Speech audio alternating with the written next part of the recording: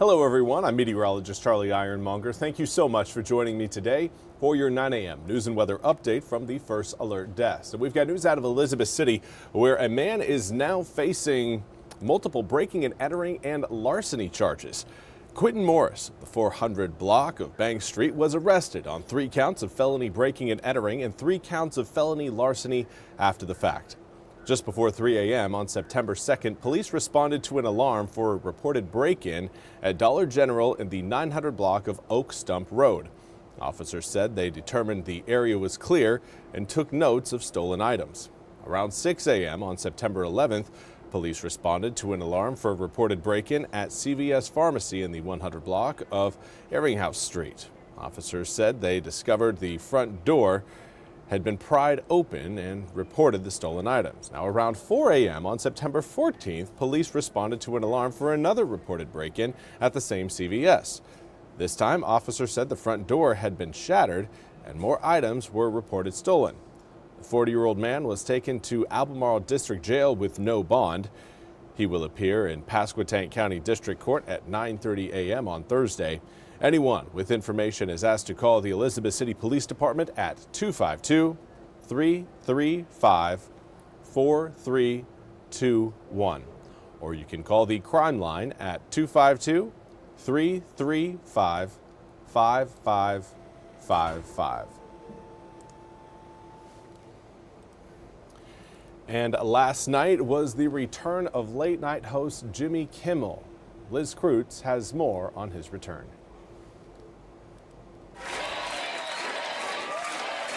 Overnight, Jimmy Kimmel making his return to late night. I'm not sure who had a weirder 48 hours, me or the CEO of Tylenol. The comedian choking up as he addressed comments he made about Charlie Kirk's alleged shooter that outraged many conservatives and led ABC to suspend his show for nearly a week following pressure from the head of the FCC. I do want to make something clear because it's important to me as a human, and that is, you understand that it was never my intention to make light of the murder of a young man. I don't think there's anything funny about it. I posted a message on Instagram on the day he was killed, sending love to his family and asking for compassion, and I meant it, and I still do. In his almost 30-minute-long remarks, Kimmel also delivering a searing defense of free speech. The government threat to silence a comedian the president doesn't like is anti-American. That's anti-American. And praising Charlie Kirk's widow, Erica, for forgiving her husband's shooter. A selfless act of grace, forgiveness from a grieving widow. It touched me deeply. Just before the show, President Trump slamming Kimmel's return, posting, "I can't believe ABC fake news gave Jimmy Kimmel his job back." The White House was told by ABC that his show was canceled. He then suggested potentially taking legal action against the network again. Kimmel firing back. The President of the United States made it very clear he wants to see me and the hundreds of people who work here fired from our jobs. Our leader celebrates Americans losing their livelihoods because he can't take a joke. Despite ABC bringing back the show, Jimmy Kimmel Live did not air on nearly 60 ABC affiliates nationwide. The owners of those stations, Sinclair and Nexstar, which both have pending business before the FCC, saying they won't run the show. FCC Chairman Brendan Carr praising that decision, writing, "Democrats simply can't stand that local TV stations, for the first time in years, stood up to a national programmer." But Kimmel thanking a wide range of people who have supported him, even his critics, and standing firm. This show is not important. What is important is that we get to live in a country that allows us to have a show like this.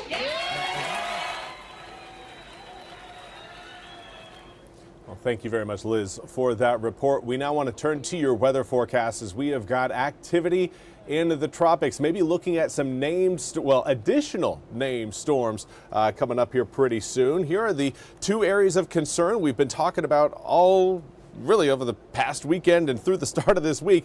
90% chance of the system off on the right-hand side of your screen, that X, becomes a tropical system over the next 48 hours.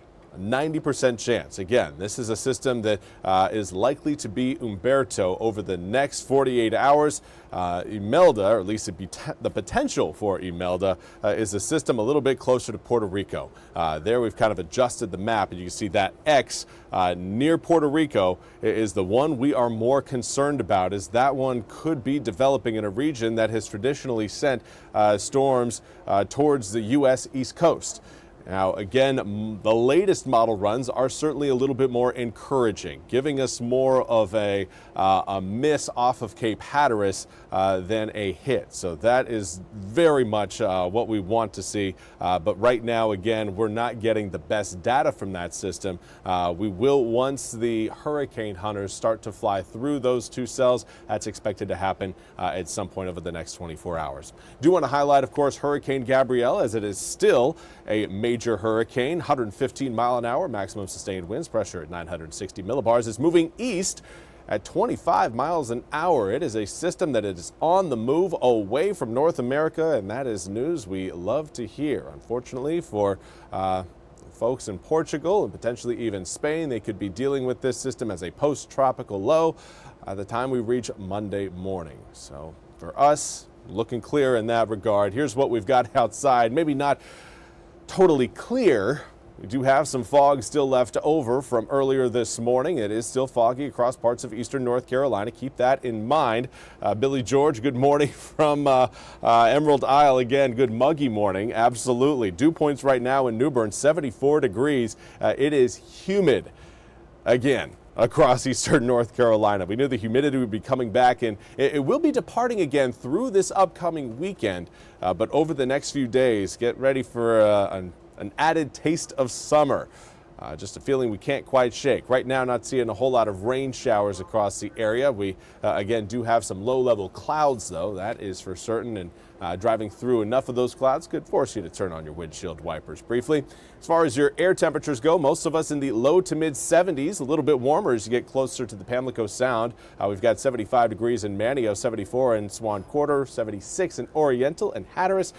Right now, Stumpy Point, usually a little bit warmer than the rest of us at this hour. Right now sitting at 80 degrees. Again, I would maybe knock that down around 2 degrees to get more in touch with, again, the neighbors. But as far as your winds go, again, very light and variable. If you're seeing a breeze, it's 5 miles per hour or less.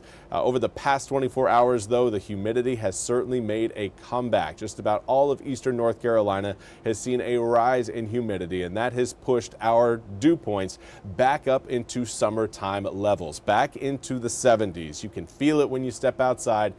This is going to be the story through the next 2 days. And then we'll start to see improvements as we head through really Friday, Saturday, and Sunday. It's going to take us a while to get rid of this humidity, but it will be happening over the weekend. Coming up for tomorrow morning, though, another round of some fog. Again, with humidity this high, it's very easy this time of year to get that fog to form, especially when you have lighter winds. Those winds will be picking up later on in the afternoon. The problem is that the winds are going to be coming in out of the south-southwest, which will send our air temperatures well into the upper 80s, even low 90s, as we head towards 3, 4, and 5 p.m. Good foggy morning from Hubert, from Stephanie Davis. Thank you so much, Stephanie, for joining me over on Facebook. Again, hopefully you guys are where you need to be and don't have to do any driving on this foggy morning. Here is a look at that cold front moving towards us. By the time we get to really tomorrow morning, that front is going to be moving its way over the mountains, and it's really not going to lose a whole lot of steam. However, we will see a reduction in the amount of moisture that will be associated with that front as it moves across the state. Again, the mountains are going to bear the brunt of it from a rainfall standpoint. For us, we're looking more at spotty storms along that broken line as it works its way through the east. Again, by Friday morning, it's going to be stalling right along the coast, and then it could linger there as we make our way through at least the first half of the weekend. Saturday, 70% chance of rain, continuing that from Friday. But for the ECU game, again, we may run into some rain delays. Right now, I'm encouraging all the Pirate fans to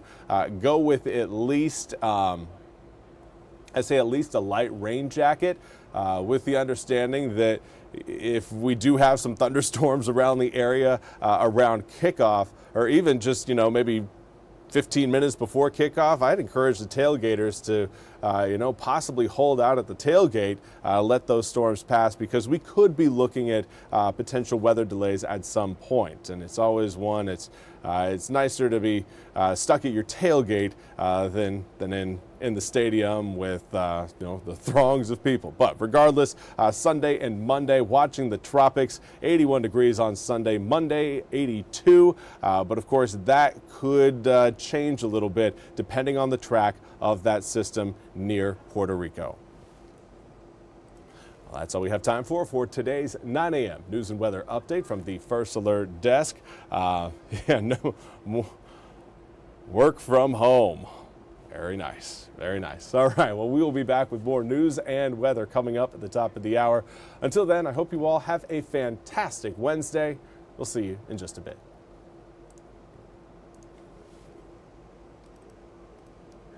This hour of the WITN First Alert Desk is sponsored by ENC Pirate Realty.